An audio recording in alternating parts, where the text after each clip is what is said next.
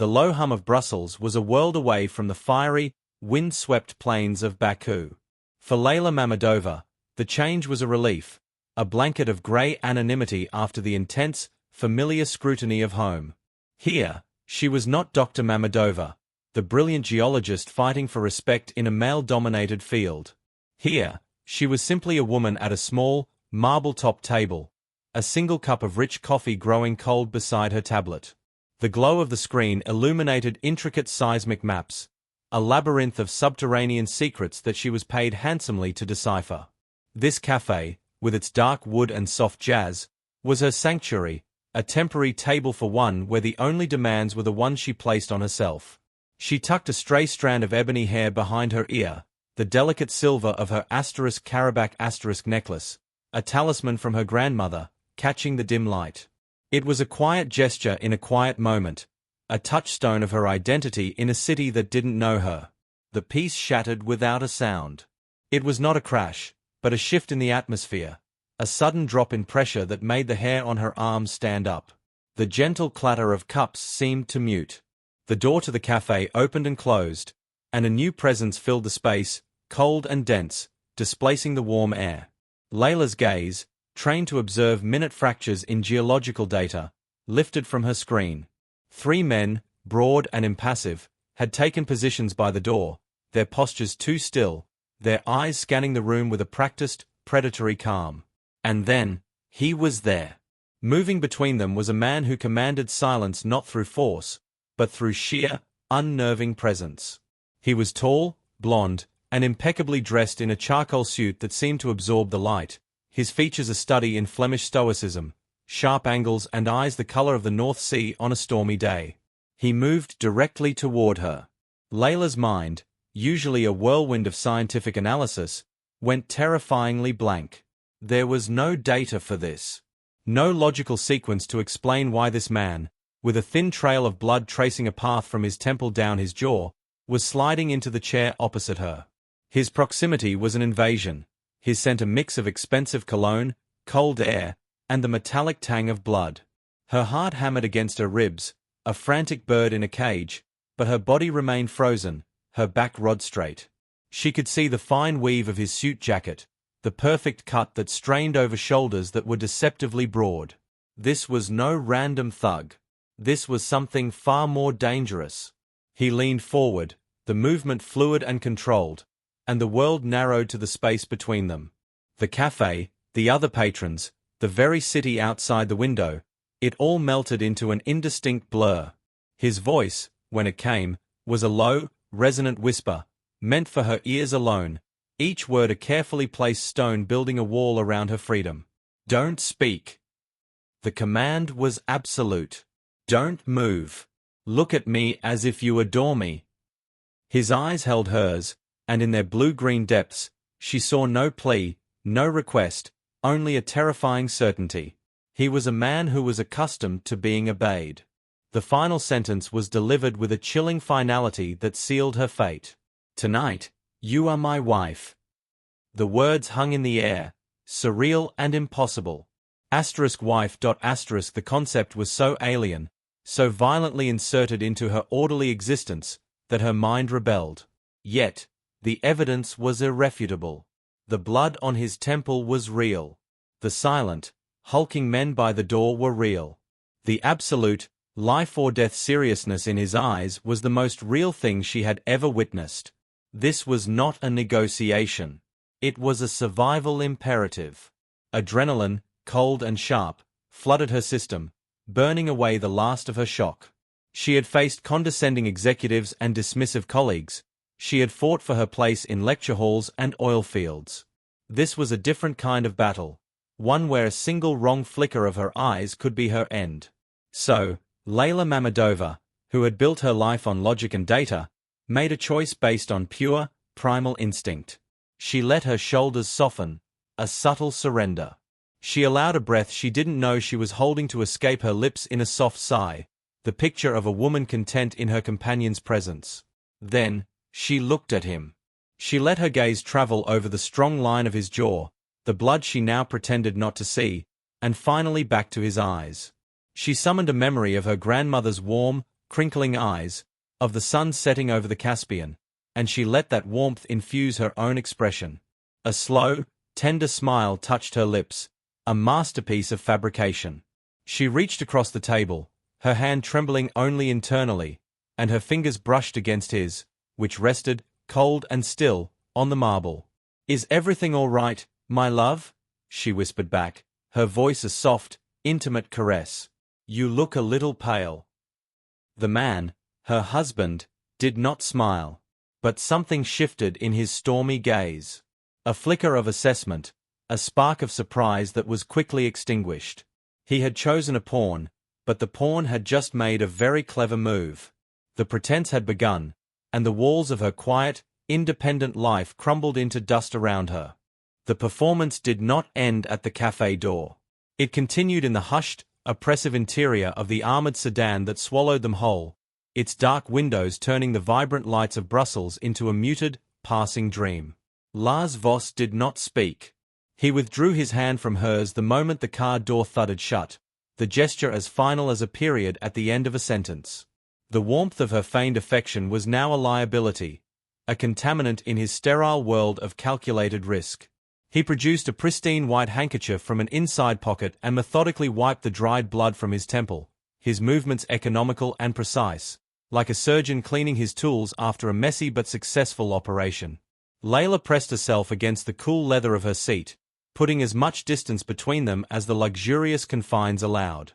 She watched the city she knew only from maps and conferences slide by, a blur of Gothic spires and modern glass, feeling utterly untethered. Her heart was a frantic drum against her ribs, the echo of her own fear the only sound in the tomb-like silence. The car did not stop at a hotel. It navigated the intricate web of Antwerp streets, moving away from the tourist-clogged diamond district and into a zone of severe, modern architecture. The building they entered through an underground garage was a fortress disguised as art, concrete, steel, and vast panels of glass that offered views of the Scheldt River while revealing nothing of the interior. The elevator, silent and swift, ascended to the penthouse. When the doors opened, it was not onto a home, but a statement. The space was vast, open-plan, and brutally minimalist. The floors were polished dark concrete, the furniture low-slung and upholstered in shades of charcoal and bone. There were no personal photographs, no knickknacks, no signs of a life lived. Instead, the walls were adorned with pieces of art that were as cold and imposing as their owner. A massive, dark canvas slashed with a single violent line of crimson, a sculpture of twisted metal that looked both industrial and pained. The entire northern wall was glass, framing a panoramic view of the Antwerp port, a sprawling, mechanical landscape of cranes and containers under the gloomy twilight sky. It was the lair of a man who collected power, not memories. One of the silent guards, a man with a neck as thick as a tree trunk and eyes that held no light, placed her conference bag and suitcase, which had been retrieved from her hotel with terrifying efficiency, just inside the door. He then retreated, and the elevator doors sealed shut, leaving Leyla alone with the storm-eyed stranger. The lock engaged with a heavy, definitive thud that seemed to vibrate through the very floor.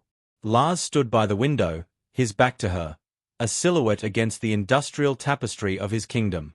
He finally spoke, his voice no longer a conspiratorial whisper but a flat, analytical instrument. "Your name is Leyla Mammadova. You are a geologist from Baku, here for the European Energy Summit. You have no significant ties to Belgium. You were a statistically optimal choice." He turned, his gaze sweeping over her, cataloguing her as if she were another piece of data. "You will remain here until the situation with the Lombardi family is resolved. Your compliance ensured your survival at the cafe. Your continued compliance will ensure it here." The clinical dissection of her identity, the reduction of her life to a set of risk assessment criteria, ignited a spark of defiance that burned away the last of her paralyzing fear. She straightened her spine, the gesture feeling like a small act of rebellion in this sterile, controlled environment. "You kidnapped me," she stated, her voice remarkably steady, laced with a chill that rivaled his own. "You dragged me into your war. My compliance was not consent. It was the only alternative to being shot in a public place." A faint, almost imperceptible narrowing of his eyes was his only reaction. He moved away from the window, crossing the vast space to a minimalist bar cart made of polished steel. He poured a single measure of amber liquid into a heavy crystal tumbler. He did not offer her one. The semantics of your presence are irrelevant. The reality is that you are here. You are a witness. In my world, witnesses are a liability. I am choosing to treat you as an asset, for now. He took a slow sip of the whiskey, his gaze never leaving her. Do not attempt to leave. Do not attempt to use the phone. The windows are triple-paned and ballistic. This is the entirety of your world until I decide otherwise. Left alone in the echoing vastness of the penthouse, Leyla felt a profound, soul-crushing isolation. This was not her world of warm colors, bustling markets, and the earthy scent of oil and soil. This was a beautiful, suffocating cage. Her first instinct was to search for a weakness, a flaw in his fortress. She tested the balcony door. It was locked, seamless, and unmoving. The landline phone on a sleek desk was dead, its cord leading to a port that had been deliberately disabled. The silence was absolute, broken only by the low, almost subconscious hum of the city far below. It was a silence designed to drive one mad. With a shuddering breath, she walked to her suitcase, the one tangible piece of her previous life. She unzipped it, and the familiar scent of her perfume and the wool of her clothes rose to meet her, a small pocket of her identity in this alien space. She would not let him erase her. She would not become a ghost in this glass tomb. She was a geologist. She understood pressure, time, and the hidden faults that could shatter even the hardest stone. She would find his. The silence of the penthouse was a living entity, a constant, oppressive presence that pressed in on Leyla from all sides. For hours, she simply sat on the edge of the austere, platform bed in the guest room, her mind churning through a frantic cycle of fear, anger, and a desperate, analytical need to understand her prison. The room was a study in greys, devoid of any ornamentation, a space that felt more like a high-end hotel suite than a part of a home. It was a place for temporary occupants, for people who left no trace. She was determined to leave a trace. As the gloomy twilight deepened into a proper night, the vast glass wall of the main living area transformed into a perfect, black mirror, reflecting the cold interior back at itself. The only light came from a single, recessed fixture in the kitchen, an island of sterile illumination in the sea of shadows. Hunger, a mundane but insistent demand, finally drove her from her room. She moved through the space like a ghost, her socked feet making no sound on the cold concrete floor. The kitchen was a masterpiece of German engineering, all sleek handleless cabinets and integrated appliances. It looked like it had never been used. Tentatively, she pulled open a refrigerator that was nearly empty, containing only bottled water, a few expensive-looking beers, and some wilting greens. The pantry was similarly barren, holding little more than coffee, tea, and pasta. It was the sustenance of a man who saw eating as a functional necessity, not a pleasure. A fresh wave of homesickness, sharp and acrid, washed over her. She thought of her mother's kitchen in Baku, always warm, always filled with the rich, comforting aromas of saffron, dried limes, and fresh herbs. The memory was a physical ache. With a new, fierce determination, she returned to her suitcase. Buried beneath her professional blouses and trousers was a small, carefully wrapped bundle. A container of sumac, another of paprika, a small bag of saffron threads, and a precious packet of dried barberries, all smuggled from home, a tiny piece of her culinary heritage. She had packed them on a whim, a comfort for nights when the hotel food grew tiresome. Now, they were a lifeline. She marched back into the kitchen, a woman on a mission. She would not starve. She would not eat his bland, functional food. She would cook. She found a pot, filled it with water, and set it to boil with more force than was necessary, the clang of metal on metal a satisfying rebellion against the silence. She sautéed onions in butter until they were soft and golden, the familiar sizzle and scent a balm to her frayed nerves. She added the rice, toasting it slightly, then the water, a pinch of salt, and finally, with a reverent touch, a few precious threads of her saffron, watching as they bled their sunset gold into the water. In a separate pan, she cooked the pasta she had found, then created a simple sauce with the barberries, a dash of sumac for its tangy bite, and a sprinkle of paprika for depth. She was making a bastardized version of *plov meets *ashereshte*, a dish that was neither nor both, but it was *hers star. It was Azerbaijan, simmering in the heart of a Flemish fortress. She was so engrossed in her task, in the primal, comforting ritual of cooking, that she did not hear him return. The first she knew of his presence was the subtle change in the air, the same pressure drop she had felt in the cafe. She turned, a wooden spoon held in her hand like a weapon. Lars Voss stood at the edge of the kitchen's light, having entered as silently as a shadow. He had changed his suit, the one with the bloodstain presumably discarded, and now wore a simple black sweater and dark trousers. He made no move, said nothing. His eyes, however, were fixed on the pots on the stove, then traveled to the small array of spices she had lined up on the counter, their vibrant reds, purples, and golds a shocking burst of color in the monochrome room. The air was thick with the foreign, aromatic scent of saffron and barberries, a fragrance that was warm, earthy, and utterly alien to this environment. Leyla met his gaze, her chin lifted in defiance. She expected a reprimand, a cold query about what she was doing. But his expression was unreadable, not angry, but deeply, intensely curious. He took a single step forward, his nostrils flaring almost imperceptibly as he breathed in the scent of her homeland. "What is that?" he asked, his voice low, the usual flatness replaced by a note of genuine inquiry. "It's dinner," she said, her tone challenging. She turned back to the stove, giving the rice a stir. "Unless you prefer your wilting lettuce." A long moment of silence stretched between them, filled only by the gentle bubbling of the pots. Then, he did something that shocked her more than his initial abduction. He walked to the cabinet, took down 2 plates, simple, white porcelain, and set them on the counter island. He pulled out a stool and sat, waiting. It wasn't an invitation. It was a command, but a different kind. It was a demand to be included in this small act of rebellion she had created. For a fleeting second, she considered refusing, of taking her plate back to her room and eating alone. But the geologist in her recognized a shift in the terrain. This was a new variable. An opportunity. With a steady hand she did not feel, she served the golden saffron rice onto the 2 plates, topping it with the glistening, tart barberry and pasta mixture. She slid 1 plate across the cool stone counter towards him, then took the stool opposite, the vast island a gulf between them. He ate with the same precise, economical movements he did everything else. He took a first bite, chewed slowly, analytically. His eyes, which had been fixed on his plate, lifted to meet hers.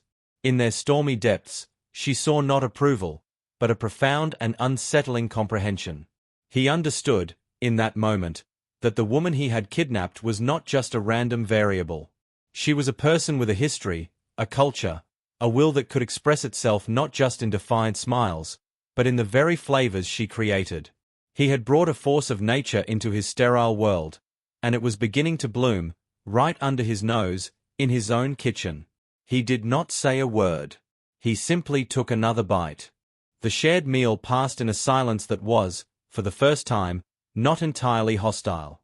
It was a tense, observational quiet, like 2 rival scientists studying a perplexing new specimen. Lars Voss ate every bite on his plate with a focused deliberation, his gaze occasionally lifting from the food to sweep over Leyla, as if trying to reconcile the complex, foreign flavors with the woman who had created them. When he was finished, he placed his fork down with a precise click, the sound definitive in the vast space.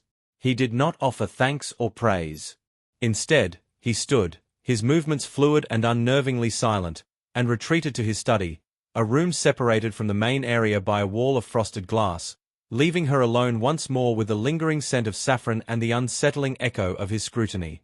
The following day dawned grey, the light filtering weakly through the panoramic windows, painting the concrete and steel interior in shades of ash and slate. Leyla awoke with a renewed sense of purpose. The small victory of the meal had fortified her. She was a prisoner, yes, but she was not a passive one. Her jailer had left his fortress for the day, the heavy lock of the main door engaging behind him with a sound that was becoming grimly familiar. The silence descended again, but today, it felt different. It was a silence to be explored, to be mapped.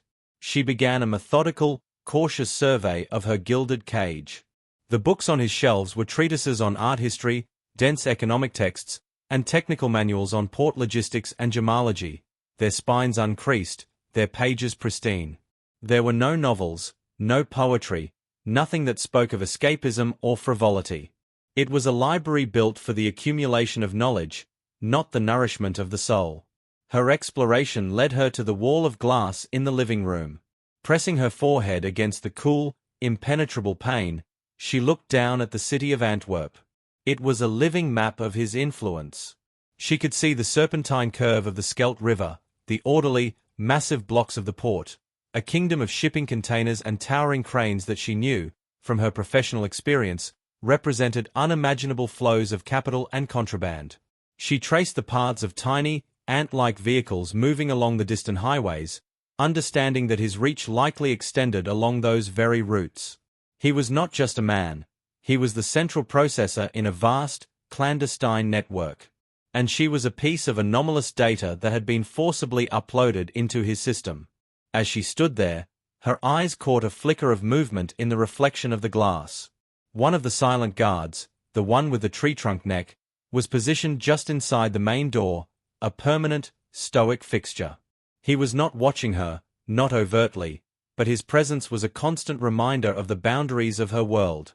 A thought, cold and clear, crystallized in her mind. She was a geologist. Her entire profession was based on interpreting subtle signals, on reading the story written in layers of rock and sediment. This man, Lars Voss, was another kind of landscape, one of layered intentions and hidden fault lines. To survive, she needed to learn to read him. When he returned that evening, the routine was the same. The soft hiss of the elevator, his silent emergence into the space, the subtle shift in the atmosphere.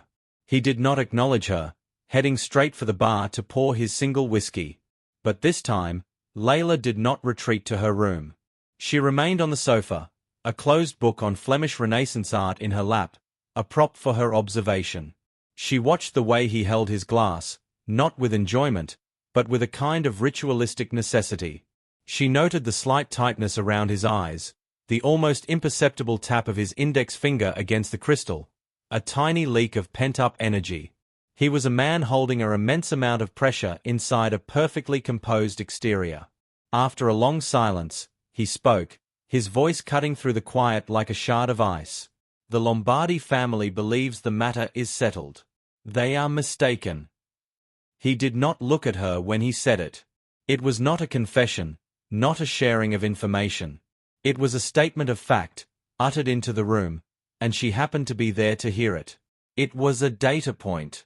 Leyla, her heart hammering, decided to test the permeability of the silence. She kept her voice level, devoid of emotion, mirroring his own clinical tone. "Settled how?" she asked, her gaze still fixed on the unread book in her lap. He turned his head slowly, his stormy eyes narrowing a fraction. He seemed to weigh the risk of a response. A temporary truce. A division of territory they will not honor. They see negotiation as a prelude to an ambush. And you? The question left her lips before she could stop it, a brazen probe into the fault line. For a long moment, he simply stared at her, and she feared she had overplayed her hand. Then, a ghost of something, not a smile, but a chilling sharpness, touched his lips. "I see it as a delay. It gives me time to audit my own organization." The Lombardis were not acting on outdated information. They knew where I would be. He turned fully to face her now, and the full force of his attention was a physical weight. "You are observant. You have a mind for systems. You looked at a seismic map in that cafe while a city full of people saw only noise." He took a slow step toward her. "Why did you not scream? Why did you not run?" Leyla met his gaze, the memory of that terrifying moment crystal clear. The men at the door. Their posture. They were not just blocking your exit, they were assessing the room for threats. A scream would have identified me as the primary variable, the source of chaos. Chaos in a controlled system is always eliminated. She paused, choosing her words with the care of a bomb disposal expert. I chose to become part of the control. He was utterly still, his drink forgotten in his hand. The blue-green of his eyes seemed to darken, the storm within gathering intensity. He had seen her as a random asset, a piece of convenient camouflage. But in that moment, Lars Voss was truly seeing Leyla Mammadova for the first time, not as a victim or a wife, but as a strategist. And the realization was far more dangerous than any amount of fear or anger she could have displayed. The air in the penthouse, usually so still and sterile, now crackled with a new and dangerous energy. Lars's observation hung between them, a verdict that was both a threat and a reluctant acknowledgement. He did not retreat to his study. Instead, he remained standing there, a statue of contained power, his gaze fixed on her with an intensity that felt like a physical touch. He was no longer looking at a liability or a temporary shield. He was looking at a peer, and the realization seemed to unsettle the very foundations of his controlled world. The following days were a silent, unspoken negotiation. Leyla no longer jumped at the sound of the elevator. She continued her small rebellions, cooking the foods of her homeland, leaving a book open on the sofa, a subtle imprint of her presence on his sterile environment. He, in turn, began to leave traces of his world for her to find. A ledger of port manifests, left open on his desk, its columns of numbers and shipping codes a silent invitation. A file on the Lombardi family's known associates, placed conspicuously on the coffee table. It was a test, a gauntlet thrown down. He was giving her puzzles, and he was watching, always watching, to see how she would solve them. The climax came not with the roar of gunfire, but with the quiet click of a turning key. Lars announced, his tone flat and final, that they were attending a gala at the Antwerp Diamond Exchange. It was not a request. The Lombardis would be there, under a flag of truce, and the illusion of their union needed to be perfected, weaponized for a public stage. That evening, a woman arrived with a dress, a column of midnight blue silk that felt like water against Leyla's skin. As she stood before the floor-to-ceiling mirror, she barely recognized herself. The dress was armor and seduction woven into one. When she walked out into the living area, Lars, who was adjusting the cufflinks of his tuxedo, went perfectly still. His eyes, for one unguarded second, held not calculation, but pure, unadulterated shock, followed by a heat so intense it seemed to suck the air from the room. The moment passed as quickly as it came, his mask of stoicism slamming back into place. But the crack had been seen. "Remember," he said, his voice a low gravel, "you adore me." The gala was a whirlwind of blinding chandeliers, the hard glitter of diamonds, and the low murmur of powerful people exchanging lies in polite tones. Leyla's hand was tucked securely in the crook of Lars's arm, her smile a practiced, serene mask. She played her part flawlessly, her laughter sounding like bells, her touches on his arm appearing fond and possessive. She saw the Lombardis across the room, an older, florid man with a cruel mouth and his two sharp-eyed sons. They watched her and Lars with a predatory interest, and she knew they were looking for fractures, for the slightest hint that the union was a sham. It was there, under the searing scrutiny of his enemies, that the pretense began to mutate into something else. The protective weight of his hand on the small of her back felt less like an act and more like a claim. The way he leaned down to whisper a warning about one of the Lombardi sons, his breath warm against her ear, felt like an intimacy. The end of the illusion came in the hushed, marble-lined hallway leading to the restrooms. One of the Lombardi sons, a man with slicked-back hair and a smile like a razor blade, intercepted her, deliberately separating her from Lars's side. "A rare flower," he murmured, his accent thick, his eyes roaming over her with invasive familiarity. "I must admit, Voss surprised us all. We did not think he had a taste for such exotic beauty." He reached out, intending to touch a strand of her hair, a gesture of supreme disrespect. Before Leyla could react, a form moved between them with lethal speed. Lars was there, his presence suddenly filling the hallway. He didn't shove the man. He didn't raise his voice. He simply placed his hand on the man's chest, a deceptively casual gesture that held the force of a piston. "He doesn't," Lars said, his voice dropping to a whisper so cold it seemed to freeze the very air. "He has a taste for what is his. And you are standing too close to what is mine." The threat was absolute, primal. It was not the calculated warning of a businessman, but the raw, territorial declaration of a man pushed to his absolute limit.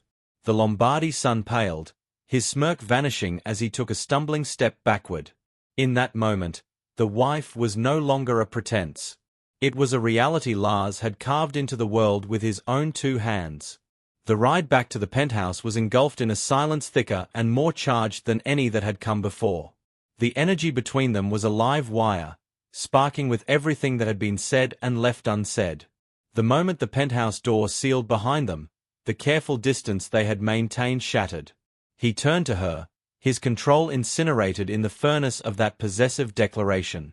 "The look in your eyes," he growled, his voice rough, his hands coming up to frame her face, not with gentleness, but with a desperate, consuming hunger.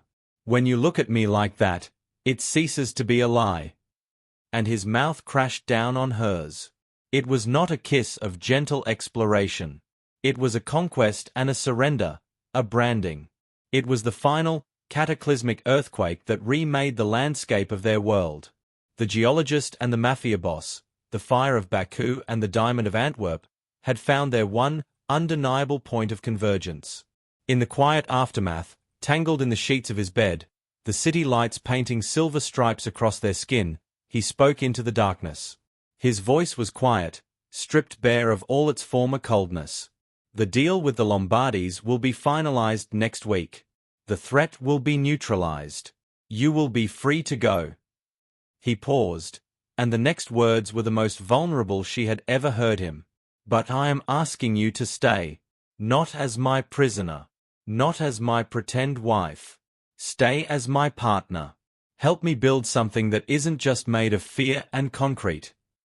Leyla looked at him, at the man who had seen the strategist in her when the world only saw a woman at a table for one. She saw the fault lines in his soul, and she knew she was the only one who could navigate them. Her choice was no longer about survival. It was about destiny. "Where would we begin?" she whispered. He smiled, a true, devastating smile that reached his eyes. "We begin," he said, "by redesigning the world." The story of Leyla and Lars is far from over. Their empire, built on a foundation of fire and ice, is just beginning to rise.